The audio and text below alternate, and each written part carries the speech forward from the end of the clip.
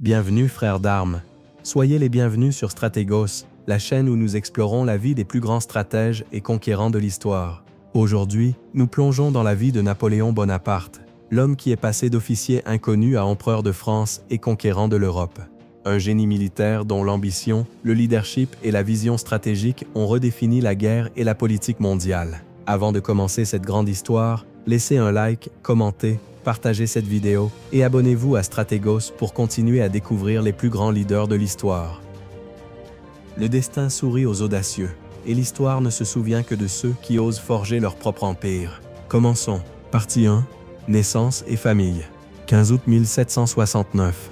Une île en Méditerranée, pleine de montagnes et d'habitants fiers, est en pleine transformation. Quelques mois auparavant, la Corse, après des années de résistance, est tombée aux mains de la France. Au milieu de l'agitation et de l'incertitude, dans la ville d'Ajaccio, un enfant vient au monde. Son nom est Napoléon Bonaparte. Personne dans cette modeste maison ne pouvait imaginer que ce nouveau-né, de lignée corse et de modeste noblesse, changerait à jamais l'histoire de l'Europe. Mais comment un enfant né dans une famille sans fortune deviendrait-il empereur de France? Pour le comprendre, nous devons connaître ses racines, l'environnement qui l'a façonné et l'ambition qui brûlait en lui dès son jeune âge. La famille Bonaparte possédait un titre nobiliaire, mais en Corse, cela ne signifiait ni richesse ni pouvoir. C'étaient des nobles sans grande propriété, sans armée ni château. Leur ascendance remontait à l'aristocratie italienne, mais en fin de compte, les Bonaparte étaient corses. Et être corse signifiait quelque chose de très clair, fierté, détermination et un esprit inébranlable. Carlo Bonaparte, le père de Napoléon, était un homme ambitieux. Il étudia le droit à Rome et fut témoin de la lutte corse contre les Français. Mais lorsque la défaite devint inévitable, il décida de s'adapter. Au lieu de se rebeller, il jura fidélité au nouveau maître de l'île et devint fonctionnaire du régime français. Ce n'était pas un héros de la résistance corse, mais il sut jouer ses cartes. Grâce à cela, il réussit à obtenir des bourses et des privilèges pour ses enfants, y compris la possibilité d'envoyer Napoléon étudier en France. Mais si Carlo Bonaparte était l'esprit calculateur de la famille, la véritable force résidait dans son épouse, Letizia Ramolino, une femme au caractère de fer, habituée à la dureté de la vie en Corse. Letizia était jeune lorsque Napoléon est né, mais elle avait une volonté de fer. Élever une famille nombreuse en période de guerre et de changement n'était pas facile, et elle le savait. Elle éduqua ses enfants avec discipline, leur inculqua le respect, mais surtout leur apprit que dans un monde gouverné par la force et la ruse, seuls les plus déterminés survivaient. Napoléon a grandi dans cet environnement, une maison où l'ambition de son père et la fermeté de sa mère se mêlaient à son caractère. Dès son plus jeune âge, il a montré une personnalité intense et réservée. Il n'était pas le plus sociable des enfants, mais il avait quelque chose qui le différenciait, une soif insatiable de connaissances et une fierté implacable.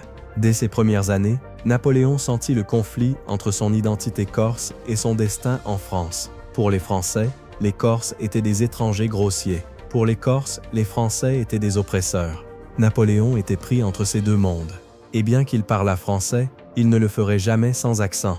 Bien qu'il grandirait en France, il n'oublierait jamais que son sang était corse. Cet enfant, né sur une île récemment conquise, élevé par un père pragmatique et une mère inflexible, était destiné à plus. Ses premières années en Corse l'ont forgé. Il partira bientôt en France pour recevoir une éducation militaire. Là, il apprendra les tactiques de guerre.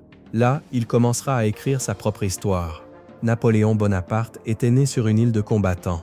Mais son champ de bataille ne serait pas la Corse. Ce serait le monde entier. Partie 2. Éducation et premières années en France. Année 1779. Un enfant d'à peine 9 ans est envoyé loin de son foyer, séparé de sa famille et de sa terre natale. Sa destination, la France, le pays qui avait conquis son île et qui allait maintenant l'accueillir comme un des siens. Mais il n'était pas comme les autres. Il s'appelait Napoléon Bonaparte et, même s'il ne le savait pas encore, il faisait le premier pas vers un destin qui le placerait au sommet du monde. Lorsqu'il arriva à l'école militaire de Brienne-le-Château, le petit Napoléon n'avait pas d'amis. Il était un étranger dans son propre pays. Son accent corse le trahissait immédiatement. Pour les enfants français, il n'était qu'un provincial grossier et arrogant. Ils se moquaient de lui, de sa façon de parler, de son attitude réservée. Mais s'ils espéraient le voir se briser, ils se trompaient. Napoléon n'était pas comme les autres. Il ne pleurait pas et ne se plaignait pas. Il n'essayait pas de s'intégrer. Au lieu de cela, il se réfugiait dans les livres et dans l'étude de la guerre. Pendant que les autres jouaient, il passait des heures à lire Alexandre le Grand, Jules César et Frédéric le Grand. Il rêvait de batailles, de stratégie et de victoire. Il savait que la seule façon de vaincre n'était pas de gagner la sympathie de ses camarades, mais de les surpasser en tout. Les années à Brienne ne furent pas faciles, mais Napoléon apprit à survivre. Il découvrit que la solitude n'était pas son ennemi, mais son allié. Il apprit à dissimuler ses émotions, à observer en silence, à calculer chaque parole et chaque mouvement. L'humiliation le rendit plus fort. Le mépris des autres ne fit qu'alimenter son ambition. À 15 ans, son talent le mena à l'école militaire de Paris, l'académie militaire la plus prestigieuse de France. Mais ce qui devait être sa grande chance commença comme une épreuve encore plus difficile. La capitale n'était pas Brienne. Ici, les fils de la noblesse dominaient l'ambiance. Napoléon, avec son origine humble et son accent marqué, restait un intrus. Et comme si cela ne suffisait pas, la tragédie frappa sa vie. Son père, Carlo Bonaparte, mourut, laissant la famille dans une situation précaire. Napoléon ne devait plus seulement exceller, il devait maintenant le faire rapidement. Il ne pouvait pas se permettre d'échouer. Il se lança à corps perdu dans ses études. Il se spécialisa en artillerie, la branche de l'armée la plus technique et la plus exigeante. Il était brillant en mathématiques et en stratégie, ce qui fit de lui un élève exceptionnel. Mais tandis que d'autres utilisaient leur nom ou leur richesse pour se faire une place, lui n'avait que son intellect et sa volonté de faire. En un an seulement, il termina sa formation et devint officier. Il fut le premier de sa classe à obtenir son diplôme. En 1785, à 16 ans seulement, Napoléon Bonaparte devint lieutenant de l'armée française. Un jeune officier sans fortune, sans connexion, mais avec un avenir que personne ne pouvait imaginer. Ceux-là même qui se moquaient de lui à Brienne, ceux qui le regardaient avec mépris à Paris, tous étaient sur le point d'assister à l'impossible. Napoléon n'avait rien oublié. Son ambition était plus forte que jamais. Le monde ne le savait pas encore, mais un conquérant venait de naître. Partie 3. Ascension dans l'armée pendant la Révolution française. La France est en flammes, la Révolution a commencé, et avec elle, le vieux monde s'effondre. Le peuple a pris la Bastille, symbole du pouvoir absolu du roi. Mais la chute d'une prison n'est pas la fin, mais le début d'une tempête qui va secouer l'Europe. Pendant que les rues de Paris se remplissent de sang et de cris de liberté, un jeune officier d'artillerie observe attentivement. Il s'appelle Napoléon Bonaparte. Il a 20 ans, il n'appartient pas à la noblesse et n'est pas non plus un révolutionnaire fervent. Mais il comprend ce qui se passe. L'ancien monde s'effondre, et à sa place, une occasion se présente pour ceux qui sont assez ambitieux pour la saisir. Les armées d'Europe réagissent sans tarder. L'Autriche, la Prusse, l'Espagne et la Grande-Bretagne voient avec horreur le peuple français exécuter son roi et détruire l'ordre monarchique. Elles ne peuvent permettre que la révolution se répande. La guerre est inévitable, et au milieu de ce chaos, Napoléon trouve son chemin. Son heure arrive en 1793 dans la ville portuaire de Toulon. La ville s'est rebellée contre la Révolution et a remis son port aux Britanniques. C'est un point stratégique vital. Si les révolutionnaires perdent Toulon, ils perdent le contrôle de la Méditerranée. La Convention envoie des troupes pour reprendre la ville, mais la bataille se prolonge. L'artillerie française est mal organisée, les canons mal positionnés. Le siège devient un échec. C'est alors que Napoléon, un simple capitaine d'artillerie, fait un pas en avant. Avec une audace que peu d'officiers possèdent, il propose un plan radical. Au lieu d'attaquer la ville de front, il faut frapper le cœur de l'ennemi. Il réorganise les canons, concentre le feu sur le port et coupe la ligne d'approvisionnement britannique. C'est un coup chirurgical précis. Et ça marche. Sous le feu implacable de l'artillerie, les Britanniques sont obligés de se retirer. Sans leur soutien, la résistance à Toulon s'effondre. La ville tombe aux mains de la Révolution, et Napoléon, le jeune officier inconnu, devient le héros du jour. L'impact de sa victoire est immédiat. En quelques semaines, il est promu général de brigade. Il est passé d'un officier sans connexion à un chef militaire reconnu. Mais le plus important, c'est qu'il a démontré quelque chose qui marquera toute sa carrière. Sa capacité à voir ce que les autres ne voient pas, à se déplacer plus vite, à agir avec une précision implacable. Napoléon n'est plus seulement un jeune Corse ambitieux. C'est un commandant en ascension, un stratège brillant. Et ce qu'il a accompli à Toulon n'est que le début. La Révolution a ouvert les portes à ceux qui savent les exploiter. Et lui, plus que quiconque, sait que c'est son heure. Les généraux commencent à prendre note de son talent.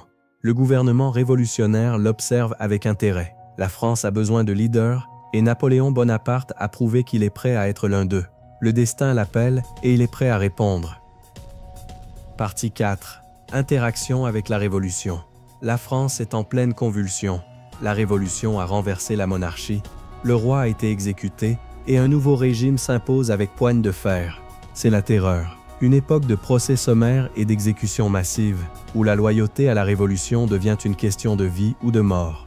Dans ce contexte, un jeune général nommé Napoléon Bonaparte commence à se distinguer. Après sa victoire à Toulon, Napoléon est considéré comme un homme de la Révolution, un officier efficace et fiable. Il s'aligne avec les Jacobins, le groupe le plus radical du gouvernement révolutionnaire, dirigé par Maximilien Robespierre. Napoléon n'est pas un idéologue, mais il comprend bien le pouvoir. Les Jacobins sont ceux qui contrôlent la France et lui, un homme ambitieux, sait que son destin dépend de rester du bon côté de l'histoire. Les succès militaires renforcent sa position. Son habileté en artillerie et sa capacité d'organisation impressionnent les leaders révolutionnaires. Il est envoyé commander la défense des côtes françaises et superviser des opérations stratégiques. Mais tandis qu'il gagne en prestige, à Paris, la situation devient de plus en plus instable. Robespierre, l'homme qui semblait invincible, commence à perdre le contrôle. Son régime de terreur a éliminé de nombreux ennemis. Mais maintenant même ses alliés commencent à le craindre. La guillotine, qui a tant servi à réduire au silence les opposants, se retourne contre lui. Le 27 juillet 1794, Robespierre est arrêté et exécuté le lendemain. Sa chute marque la fin de la terreur et le début d'une nouvelle phase de la Révolution. Pour Napoléon, ce moment est crucial. Il a été lié aux Jacobins, mais il sait s'adapter. Au lieu de tomber avec eux, il reste dans l'ombre, attendant le moment opportun. Sa loyauté n'est pas envers un parti ou un homme, mais envers la Révolution elle-même. Et tant que la France sera en guerre, elle aura besoin de généraux compétents.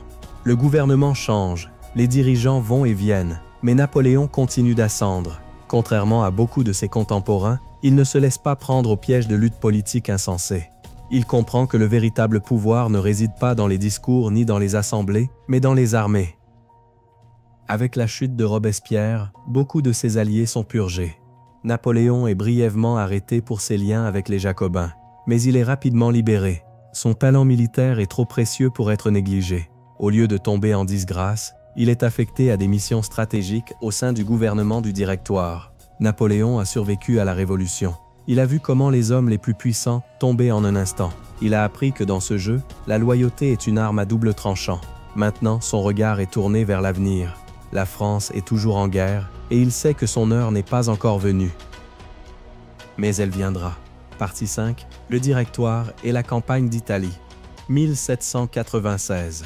La France est toujours en guerre. Après des années de révolution, d'exécution et de chaos, la nation est désormais gouvernée par le Directoire, un gouvernement instable, harcelé par des ennemis externes et internes. Toute l'Europe conspire contre la République française. Des monarchies comme l'Autriche et la Prusse voient la Révolution comme une plaie qui doit être éradiquée. Et sur les champs de bataille, les forces françaises luttent pour leur survie. Mais au milieu du conflit, un nom surgit qui éclipsera bientôt tous les autres. Napoléon Bonaparte. À 26 ans, Napoléon est jeune pour être général, mais son talent sur le champ de bataille l'a élevé au-dessus de ses supérieurs. Il a démontré son génie tactique à Toulon et sa loyauté à la Révolution pendant la Terreur. Maintenant, le Directoire a besoin de victoires, et Napoléon reçoit sa première grande opportunité, le commandement de l'armée d'Italie. L'Italie est un enjeu clé. La France est en guerre avec l'Autriche, et les Autrichiens, avec leurs alliés piémontais, dominent la région. Pendant des années, l'armée d'Italie a été considérée comme secondaire, mal équipée et sans grandes espérances de succès, jusqu'à présent.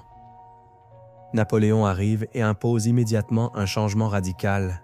Ses officiers le voient comme un arriviste, trop jeune, trop inexpérimenté. Mais ses soldats voient quelque chose de différent. Ce n'est pas un général qui s'enferme dans sa tente. Ce n'est pas un aristocrate distant. Il parcourt les campements, parle à ses hommes, partage leurs privations, et surtout il leur promet quelque chose que personne d'autre ne leur a donné, la gloire. Soldats, vous êtes nus, mal nourris. Le gouvernement vous doit beaucoup, mais il ne peut rien vous donner. Je vous conduirai dans les terres les plus fertiles du monde. Là vous trouverez l'honneur, les richesses et la gloire. Ces paroles ne sont pas seulement une promesse. elles sont un avertissement pour ses ennemis. En avril 1796, Napoléon lance son offensive. Il se déplace avec vitesse et précision, divisant les forces ennemies et frappant là où on l'attend le moins. À la bataille de Montenotte, il bat les Piémontais et les force à se rendre. Puis, avec une armée numériquement inférieure, il affronte les Autrichiens à Lodi. Lodi n'est pas seulement une victoire, c'est un moment de transformation. Pendant la bataille, Napoléon dirige personnellement un assaut sur le pont sous un feu implacable. Ses soldats le voient à l'avant, défiant les balles, les poussant vers la victoire. Lorsque la nuit tombe, Napoléon a démontré plus que sa capacité d'architecte stratégique. Il a démontré qu'il est invincible. Les soldats commencent à l'appeler le petit caporal, non par moquerie, mais avec dévotion. Napoléon n'est pas seulement un général, c'est un leader qui inspire, qui entraîne ses hommes avec sa volonté indomptable. Mais la campagne n'est pas terminée. L'Autriche reste debout, et Napoléon n'est pas disposé à céder l'initiative. En novembre, il affronte de nouveau les Autrichiens à Arcole. C'est une bataille féroce, livrée sur un terrain traître, avec des rivières et des marais qui rendent chaque mouvement difficile. Le combat devient chaotique, mais Napoléon ne se rend pas. À un moment critique, il saisit un drapeau et avance vers le pont d'Arcole, défiant le feu ennemi. Son audace motive ses hommes et finalement, la victoire est la sienne. Puis vient Rivoli, le coup final contre les Autrichiens. Ici, Napoléon démontre sa maîtrise stratégique. Surpassé en nombre, il utilise le terrain et la mobilité de ses troupes pour encercler l'ennemi et le détruire. La défaite autrichienne est totale. Avec ses victoires, Napoléon n'a pas seulement assuré le contrôle français en Italie. Il a changé les règles du jeu. En moins d'un an, il a transformé une armée démoralisée en une force imparable. Ses tactiques, sa vitesse et son audace ont redéfini la guerre. Mais son ambition va au-delà du champ de bataille. En 1797, il signe le traité de Campo Formio, assurant la victoire de la France sur l'Autriche et redessinant la carte de l'Europe. C'est plus qu'un accord de paix, c'est un acte de Napoléon, négocié sans consulter le Directoire, montrant que son pouvoir ne se limite plus à l'armée. Le peuple l'acclame, ses soldats le vénèrent, et à Paris, le Directoire commence à le craindre, car Napoléon Bonaparte a démontré qu'il n'est pas seulement un général victorieux. C'est un homme qui fait l'histoire. Partie 6, l'expédition d'Égypte. La France est toujours en guerre, mais Napoléon Bonaparte n'est plus seulement un général, il est un symbole. Ses victoires en Italie ont fait de lui l'homme le plus populaire de France, et le Directoire, le fragile gouvernement qui dirige la République, commence à le regarder avec méfiance. Un chef militaire soutenu par l'armée et le peuple peut être dangereux. Mais Napoléon ne s'intéresse pas à la politique. Encore, il sait que son destin se trouve au-delà des frontières de la France. Son regard est fixé sur un objectif ambitieux, audacieux et presque impossible, l'Égypte. Pourquoi l'Égypte? La réponse est simple, la Grande-Bretagne. L'île britannique est l'ennemi le plus formidable de la France, et sa puissance s'étend à travers le commerce et la domination navale. L'Égypte est la clé de ce réseau, la route vers les Indes, le cœur de l'Empire britannique. Si Napoléon réussit à arracher l'Égypte aux Britanniques, la France aura l'occasion de briser sa domination. Le plan est audacieux, risqué, mais Napoléon n'est pas un homme qui craint le risque. En mai 1798, il appareille avec une flotte de plus de 300 navires et 35 000 hommes. Ce n'est pas seulement une armée, c'est une expédition. Napoléon n'emmène pas seulement des soldats, mais aussi des scientifiques, des archéologues et des érudits. Il ne s'agit pas seulement d'une conquête militaire, mais d'une tentative d'apporter la révolution et le savoir français à l'une des terres les plus énigmatiques du monde. Après un voyage semé d'embûches, l'expédition arrive en Égypte en juillet. Napoléon foule le sol des pharaons avec une détermination inébranlable. Mais avant d'atteindre le Caire, il doit affronter les forces mamelouks, les dirigeants de l'Égypte, des guerriers redoutés pour leur habileté à cheval et leur brutalité au combat. Le 21 juillet 1798, sur les rives du Nil, Napoléon se trouve face à face avec l'armée mamelouk. Ce sont des milliers de cavaliers féroces, enveloppés dans des tuniques et armés de sabres étincelants. Les Français sont en infériorité numérique, mais Napoléon sait que la clé n'est pas dans la force, mais dans la stratégie. Il donne un ordre qui restera gravé dans l'histoire. Ses troupes forment des carrés d'infanterie, une formation défensive impénétrable contre la cavalerie. Pendant que les Mamelouks chargent encore et encore, les mousquets français crachent le feu sans pitié. La cavalerie égyptienne, redoutée dans tout le monde islamique et détruite avec une précision mathématique. La victoire est totale. Napoléon se tourne vers ses hommes et prononce des mots qui résonneront à travers les siècles. « Soldats, du haut de ces pyramides, 40 siècles vous contemplent. » Le message est clair. Ce n'est pas seulement une bataille, c'est une rencontre entre l'histoire et l'avenir. Napoléon n'est pas seulement un général, il est un conquérant sur la terre des pharaons. Avec le Caire sous son contrôle, Napoléon se présente comme un souverain éclairé. Il étudie la culture égyptienne, crée des institutions, ordonne des fouilles archéologiques. Il veut être vu non comme un envahisseur, mais comme un libérateur.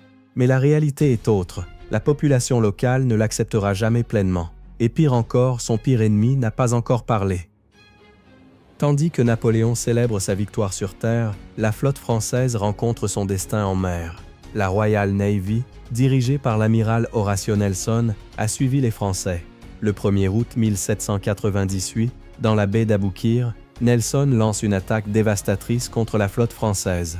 La mer se transforme en un enfer de feu et de destruction. Les navires français sont pris au piège et massacrés avec une précision chirurgicale. En quelques heures, l'armée qui devait assurer la domination française en Égypte est réduite à des débris flottants. Nelson a accompli l'impossible, il a laissé Napoléon pris au piège en Égypte, sans moyen de recevoir des renforts ni de s'échapper. La nouvelle tombe comme un coup brutal. Napoléon, l'homme qui semblait invincible, a subi un désastre catastrophique. Sans le contrôle de la mer, sa campagne d'Égypte devient une lutte pour la survie. Les Britanniques, les Ottomans et les insurgés égyptiens le harcèlent sans relâche. Mais Napoléon n'est pas un homme qui attend son destin. En 1799, après avoir reçu des nouvelles du chaos politique en France, il prend une décision audacieuse.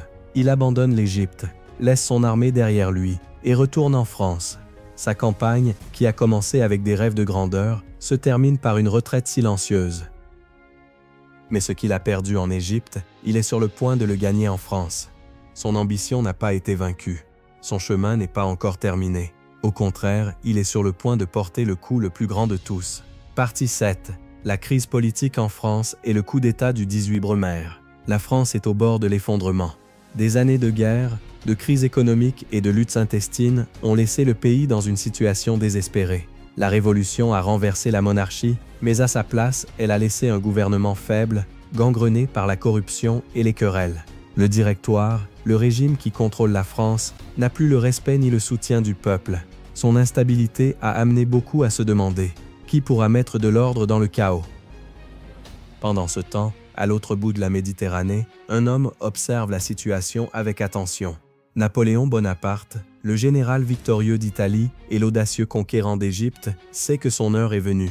Bien que son expédition en Égypte se soit terminée par un désastre après la destruction de sa flotte à Aboukir, il est toujours considéré comme un héros en France. Son retour n'est pas celui d'un homme vaincu, mais celui d'un sauveur. En octobre 1799, Napoléon débarque en France. Il ne tarde pas à rencontrer les figures clés du gouvernement, y compris des politiciens et des militaires mécontents du Directoire. La situation est intenable, le Directoire est divisé, l'économie est toujours en crise, et l'armée, la véritable force de la France, se méfie de ses dirigeants. Napoléon ne tarde pas à comprendre que l'occasion de prendre le pouvoir est devant lui. Les jours du Directoire sont comptés. Avec son frère Lucien Bonaparte, qui préside le Conseil des 500, et avec le soutien de personnalités influentes comme Emmanuel Sieyès et Talleyrand, Napoléon prépare son coup. Ce ne sera pas une révolte populaire ni une révolution sanglante. Ce sera un coup d'État rapide, précis et sans marge d'erreur. 9 novembre 1799. Sur le calendrier révolutionnaire, il s'agit du 18 Brumaire. Dès l'aube, Paris est en tension. Des troupes loyales à Napoléon se positionnent stratégiquement. L'objectif est clair, dissoudre le Directoire et le remplacer par un nouveau gouvernement, contrôlé par Bonaparte. La première étape consiste à sécuriser les leaders du Directoire. Sieyès et Ducos, 2 des 5 directeurs, sont déjà de son côté, mais il reste Barras, Goyer et Moulin. Napoléon ne perd pas de temps. Par sa présence imposante et sa renommée militaire, il les presse de démissionner. Barras, voyant l'inévitable, cède sans résistance. Goyer et Moulin sont arrêtés. Le Directoire est tombé sans un coup de feu. Mais un obstacle subsiste, le Conseil des 500. Cet organe législatif doit approuver la nouvelle structure gouvernementale. Napoléon entre dans la séance, en espérant que sa présence suffise à convaincre les députés. Il se trompe. Au lieu de le recevoir comme un sauveur, beaucoup le voient comme un usurpateur. Des cris éclatent dans la salle. Or le tyran, à bas Bonaparte, on parle de son arrestation, voire de son exécution. Napoléon, pour la première fois, ressent le poids de l'incertitude. Le plan peut échouer, mais alors, son frère Lucien, avec une astuce digne de la Révolution, prend la parole. Dague à la main, il se tourne vers les soldats et proclame que si Napoléon trahissait la République, il le tuerait lui-même. C'est un acte théâtral, mais efficace. Les soldats, fidèles à Bonaparte, envahissent la salle et dispersent les députés. La résistance s'effondre. Napoléon a gagné. Le lendemain, le 19 Brumaire, est annoncée la dissolution du Directoire et la création d'un nouveau gouvernement, le Consulat. La France n'est plus gouvernée par une assemblée inefficace, mais par 3 consuls, avec Napoléon comme premier d'entre eux. En théorie, c'est un gouvernement partagé. En pratique, c'est le début d'une dictature. Les Français, épuisés par des années d'instabilité, ne protestent pas. Au contraire, beaucoup célèbrent l'arrivée d'un leader fort. Napoléon n'est pas un politicien corrompu, ni un révolutionnaire fanatique. C'est un homme d'action, un soldat qui promet de restaurer la gloire de la France. Le coup d'État du 18 Brumaire n'a pas seulement mis fin à un gouvernement inefficace, il a marqué le début d'une nouvelle ère. Napoléon a pris le pouvoir avec intelligence et audace, mais ce n'est que le commencement.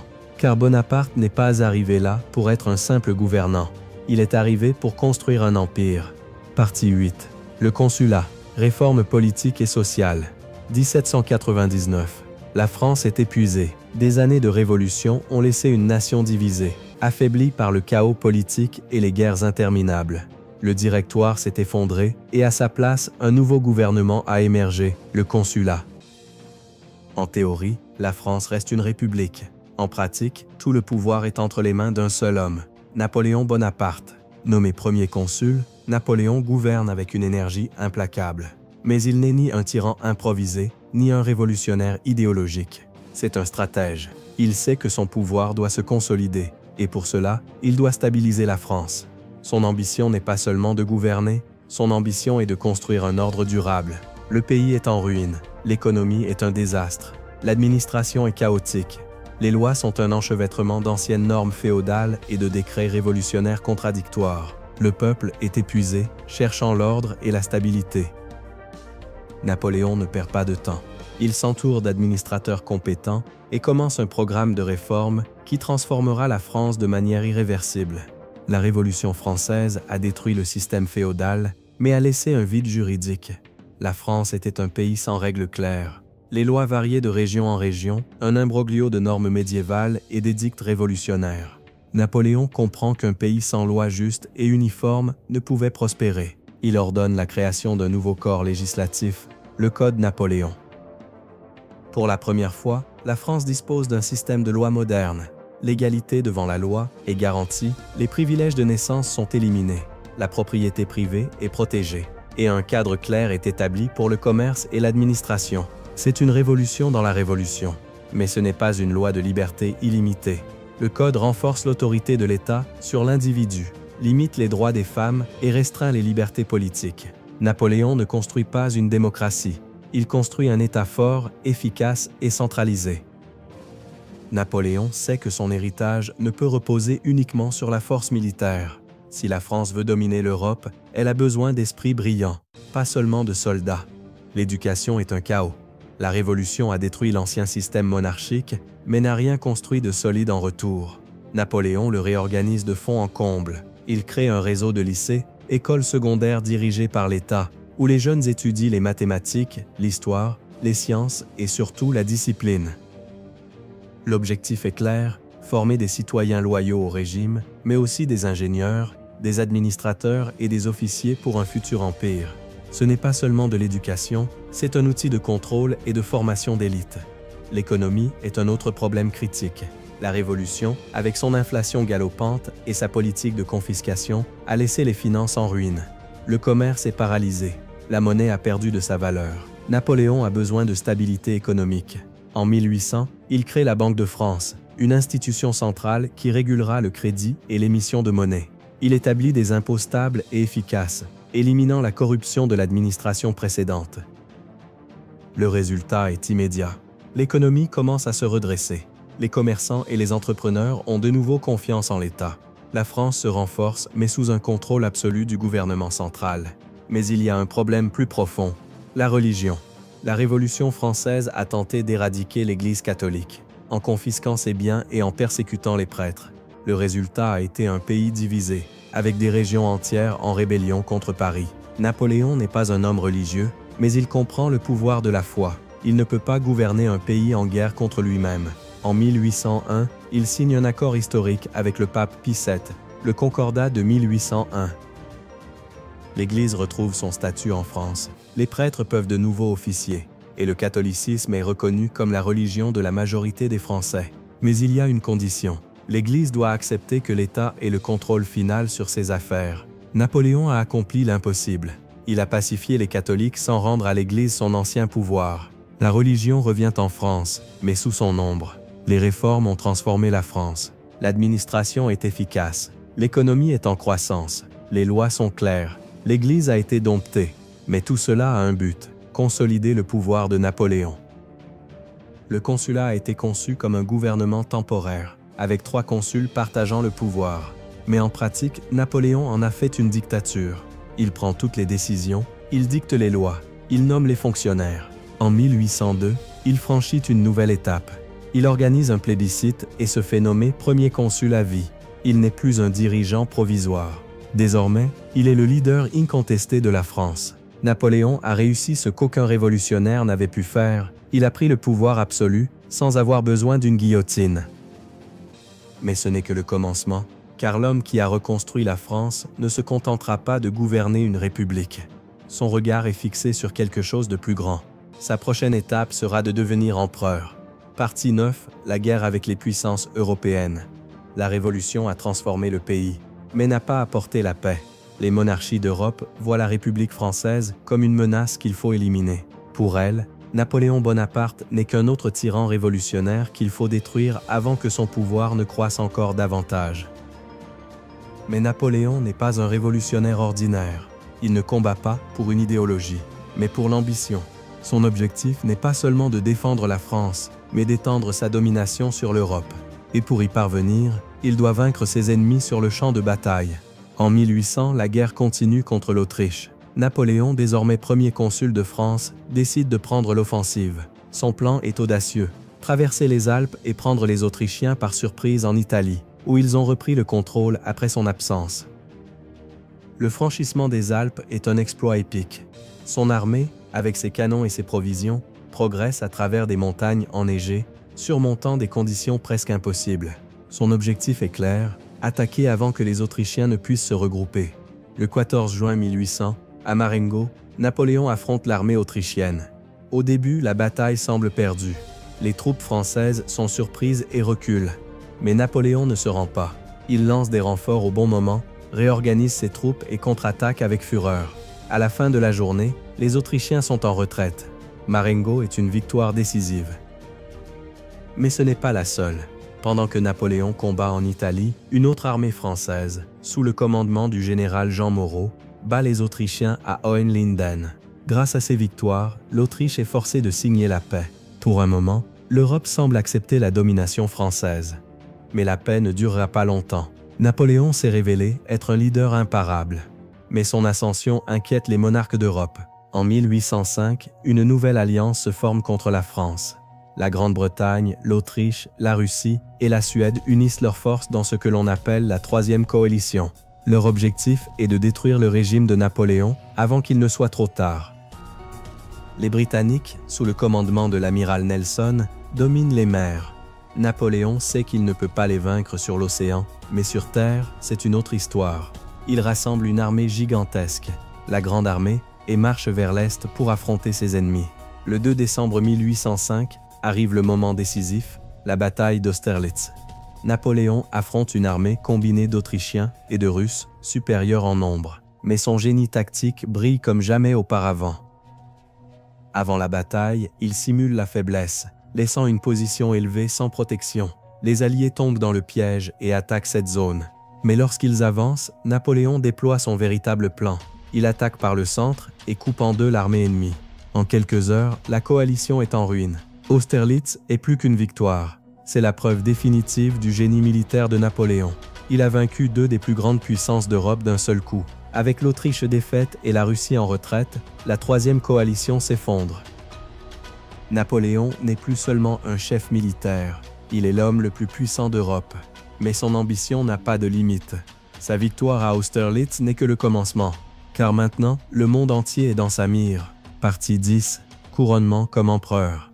Il a traversé la tempête de la terreur, l'instabilité du Directoire et les guerres interminables contre les monarchies européennes. Mais maintenant, sous le commandement de Napoléon Bonaparte, elle est devenue la puissance dominante du continent. Napoléon a accompli ce qu'aucun autre leader révolutionnaire n'a pu faire, apporter l'ordre, la stabilité et la gloire à la France. Mais son ambition va au-delà du titre de premier consul. Il ne veut pas être simplement le dirigeant de la République. Il veut quelque chose de plus grand. Il veut être empereur. Depuis sa nomination comme premier consul en 1799, Napoléon a consolidé son pouvoir. Il a réformé les lois avec le Code Napoléon, réorganisé l'économie, pacifié l'Église avec le Concordat et vaincu les puissances ennemies sur le champ de bataille. Mais tandis que son contrôle se renforce, les conspirations contre lui se multiplient.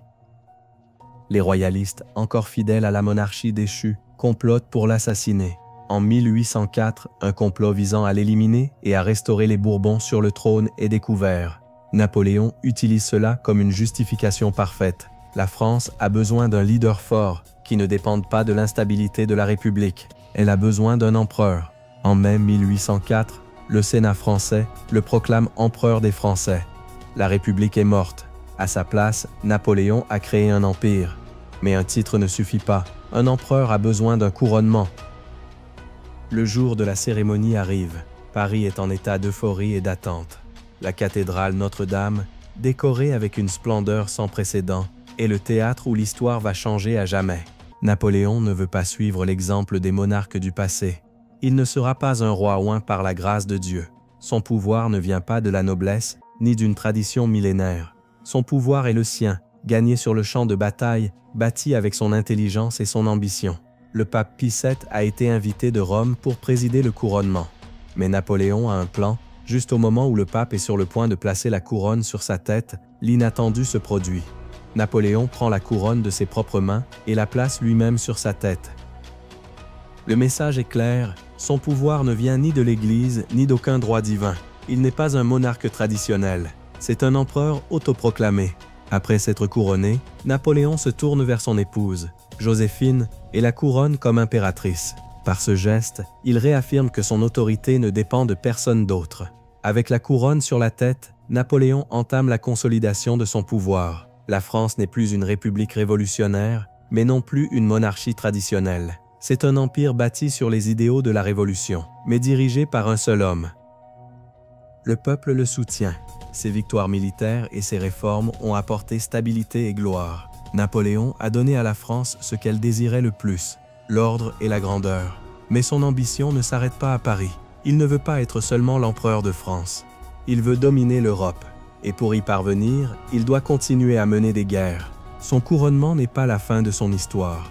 Ce n'est que le début de sa route vers la conquête. Partie 11. Guerre napoléonienne et expansion de l'Empire.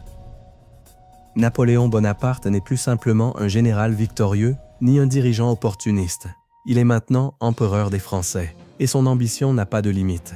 Mais si la France veut dominer l'Europe, il y a un obstacle à détruire. Les monarchies absolutistes qui voient en son empire une aberration révolutionnaire. L'Autriche, la Prusse, la Russie et la Grande-Bretagne forment la troisième coalition.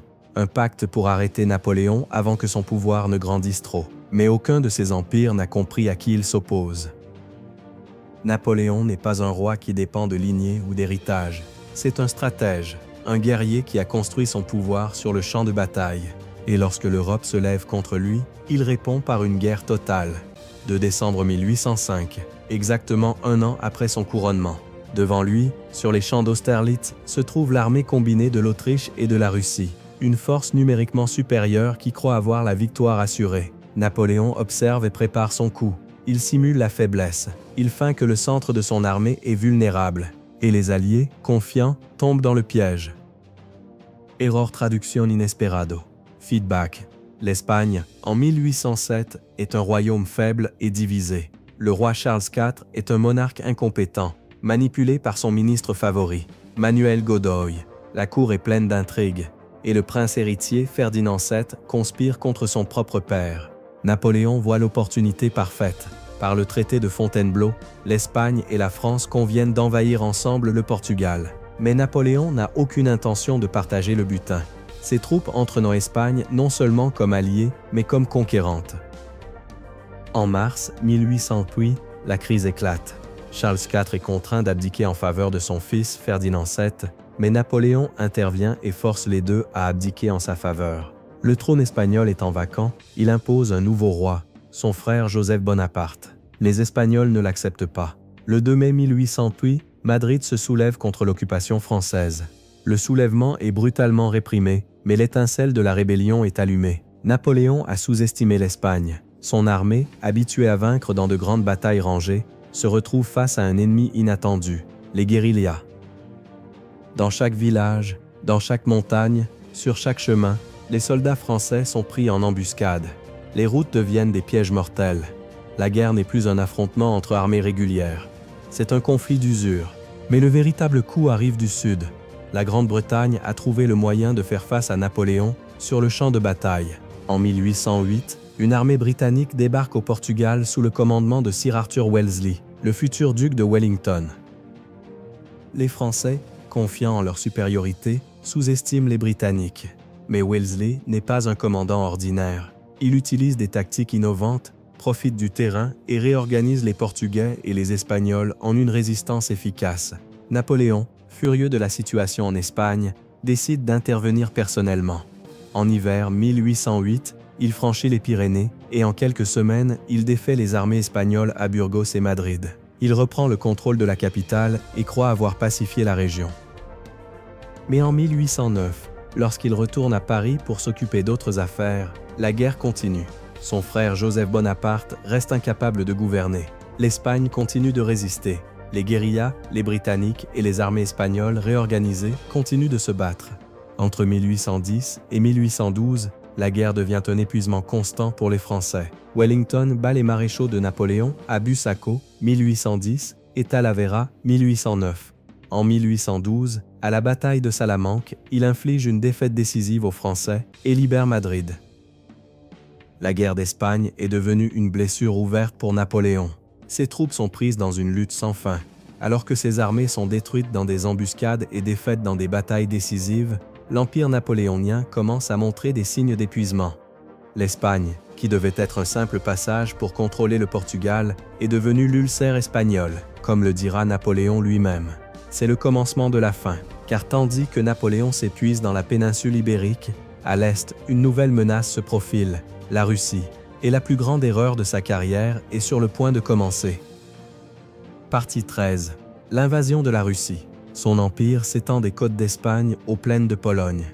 Il a vaincu l'Autriche, humilié la Prusse et soumis presque toutes les monarchies du continent. Mais il y a un ennemi qui résiste encore, un adversaire qui a évité la confrontation directe, mais qui n'a jamais accepté la suprématie de Napoléon, la Russie. Le tsar Alexandre Ier a rompu le blocus continental, autorisant le commerce avec la Grande-Bretagne. Pour Napoléon, c'est une trahison. Il sait que s'il permet à la Russie de s'éloigner de son influence, tout le système qu'il a construit commencera à s'effondrer. Il ne peut pas le tolérer. La seule solution est la guerre.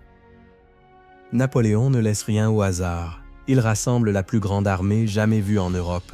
La Grande Armée, forte de plus de 600 000 soldats venus de tout son empire. Français, Polonais, Italiens, Allemands, une coalition de nations marchant sous sa bannière. En juin 1812, ce colosse franchit le Niémen et entame l'invasion de la Russie. Napoléon espère une campagne rapide, semblable à ses précédents triomphes. Il croit qu'une grande victoire contraindra le tsar Alexandre Ier à négocier, mais il se heurte à un ennemi qui a appris des erreurs de l'Autriche et de la Prusse. Les Russes ne livrent pas bataille. Au lieu de cela, ils se replient vers l'intérieur, appliquant une stratégie dévastatrice, la terre brûlée.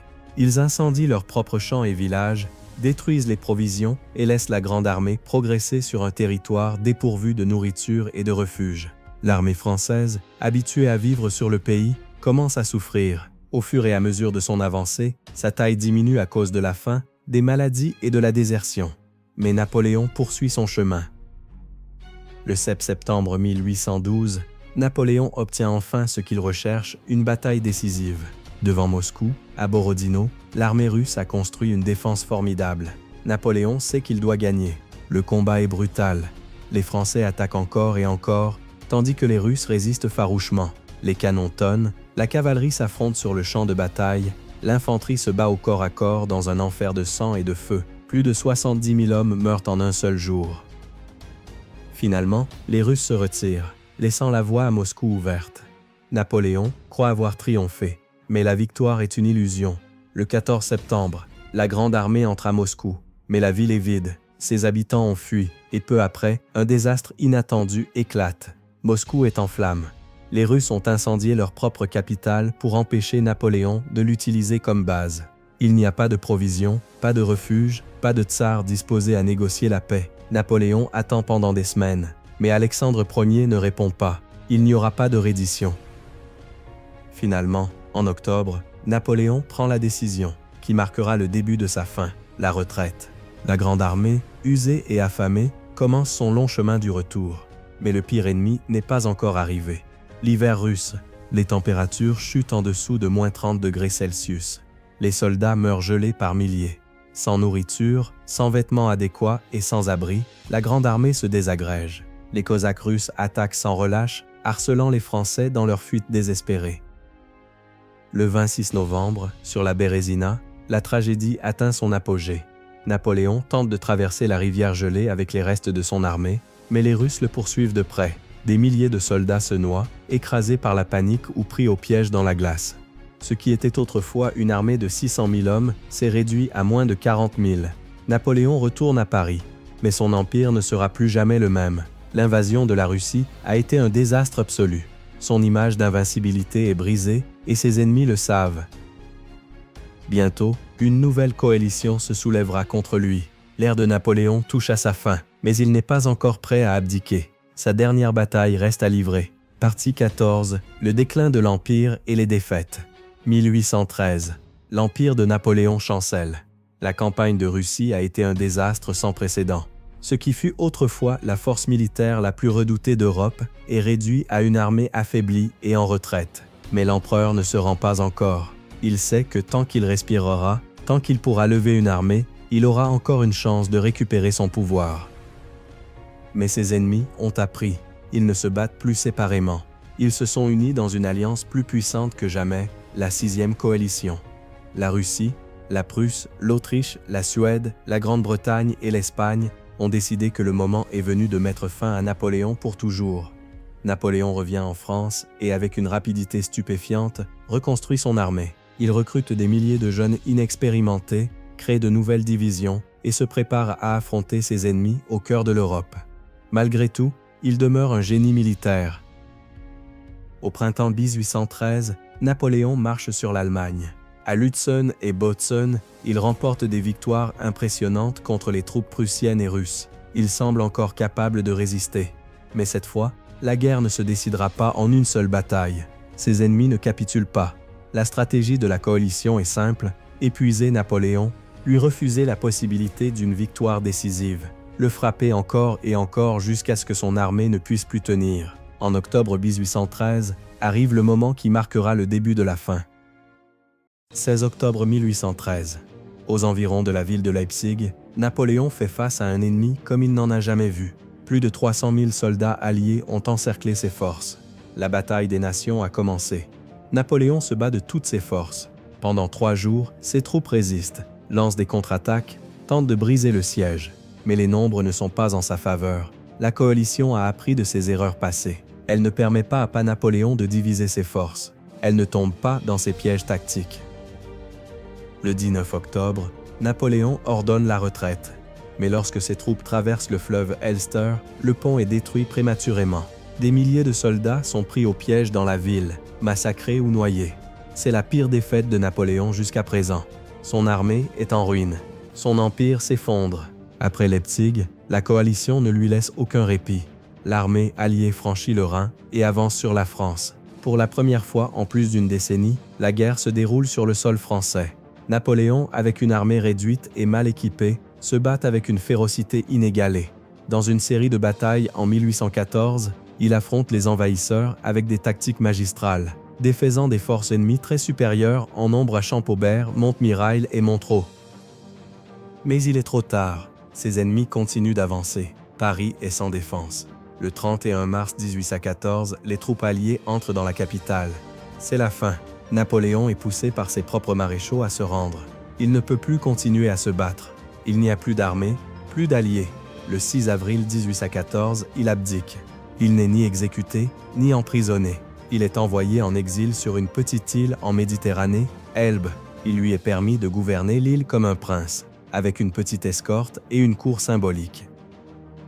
Le grand empereur d'Europe, l'homme qui avait soumis des rois et redéfini la guerre, est désormais un exilé sur une île minuscule. Mais l'histoire n'est pas encore terminée, car tant que Napoléon respirera, il y aura toujours une dernière bataille à livrer. Partie 15. Le retour de Napoléon. Les 100 jours. L'Europe croit en avoir fini avec Napoléon Bonaparte. Après son abdication en 1814, l'ancien empereur a été exilé sur l'île d'Elbe, un petit rocher en Méditerranée. Là, sous la surveillance des Alliés, il vit comme un souverain mineur, avec à peine 600 soldats et une cour réduite. Pendant ce temps, en France, le trône a été restauré.